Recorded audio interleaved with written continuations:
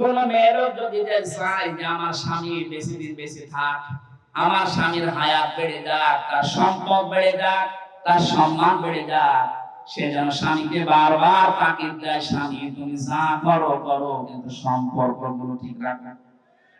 তোমার মায়ের সাথে, বাবার সাথে, বোনের সাথে, ভাইয়ের সাথে, ফুফুর সাথে, চাচার সাথে আমার গুলো যদি নাও করো, অন্তত এইগুলো সম্পর্ক ঠিক রাখো।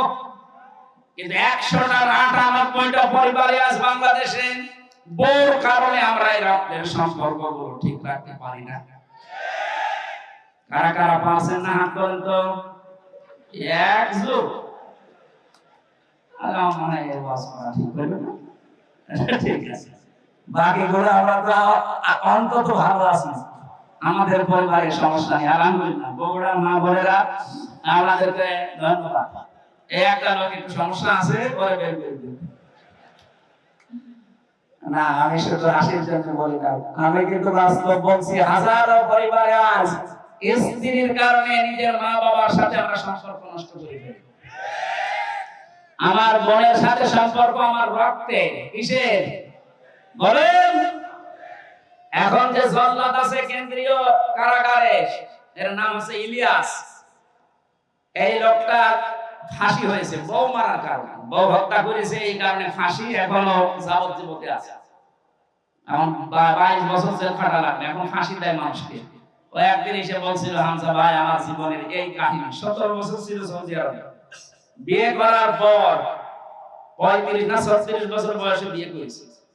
এই কয়েক বছর যেতেই বর সাথে আর মার সাথে কোনো মিল নেই।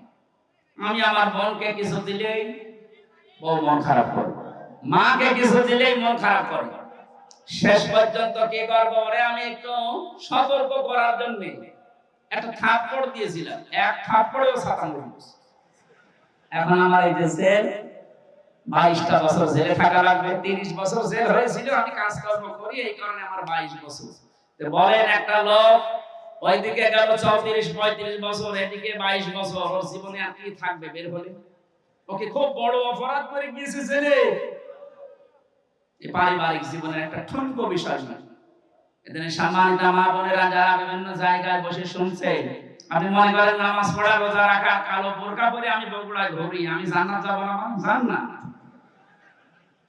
আপনার কারণে আপনার স্বামী তার মা বাবার সাথে, তার বোনের সাথে, ভাইয়ের সাথে সম্পর্ক ঠিক রাখতে পারে না।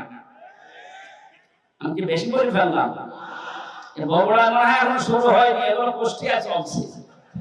আশা করছি মা বোনেরা খাদিজার মতো আচরণ করবে। বলে